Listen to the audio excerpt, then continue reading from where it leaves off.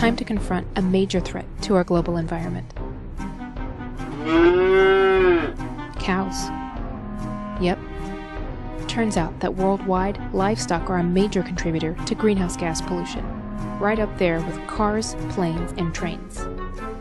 And at the rate we're producing beef worldwide, emissions from cows, along with other harmful practices in beef production, threaten to mess up our climate, land, and water. Big time. On average, Americans eat 3 times more meat than people in other countries. From the end of World War II to the mid-1970s, beef consumption per person doubled.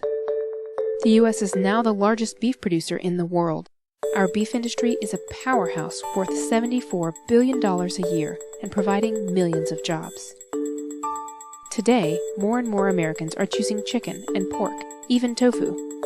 But much of the meat we eat is still beef. Let's look at an all-American food, the hamburger.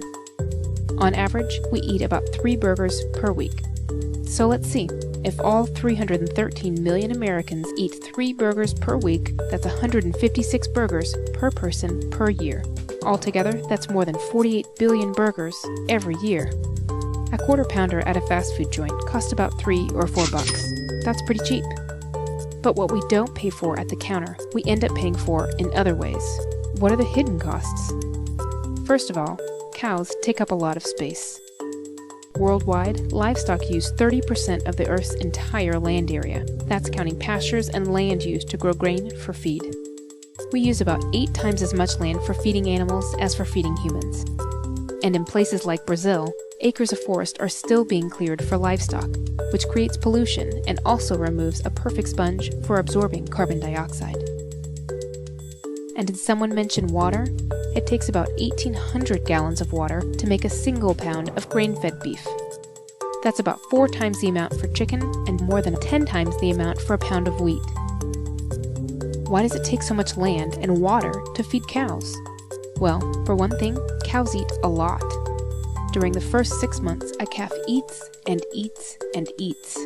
When it's about 700 pounds, it's sold at auction, usually to a feedlot, which is like a very crowded cow city. At the feedlot, the cow continues to eat and eat and eat. At most feedlots, cows eat a mixture of soy and corn.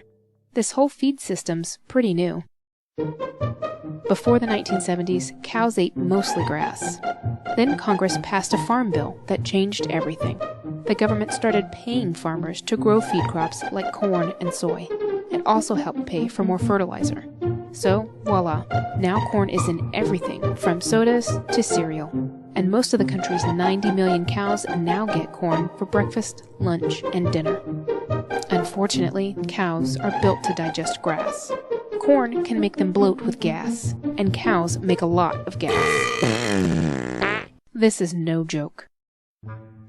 See, cows are ruminants, meaning they create methane gas when they digest food. Chickens and pigs don't. Methane has 21 times more climate-changing power than CO2.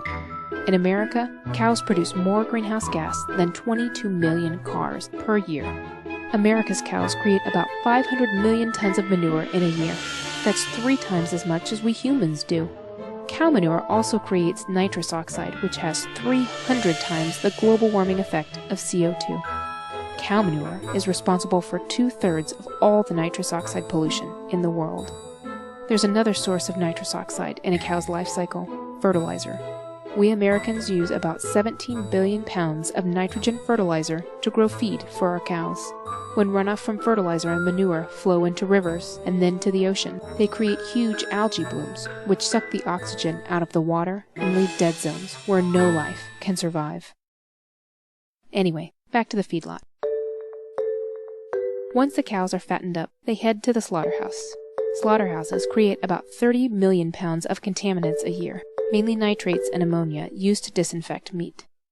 From the slaughterhouse, the beef is shipped to big processing centers where California beef is mixed with Texas beef and Colorado beef. One burger patty can contain the DNA of more than 1,000 cows.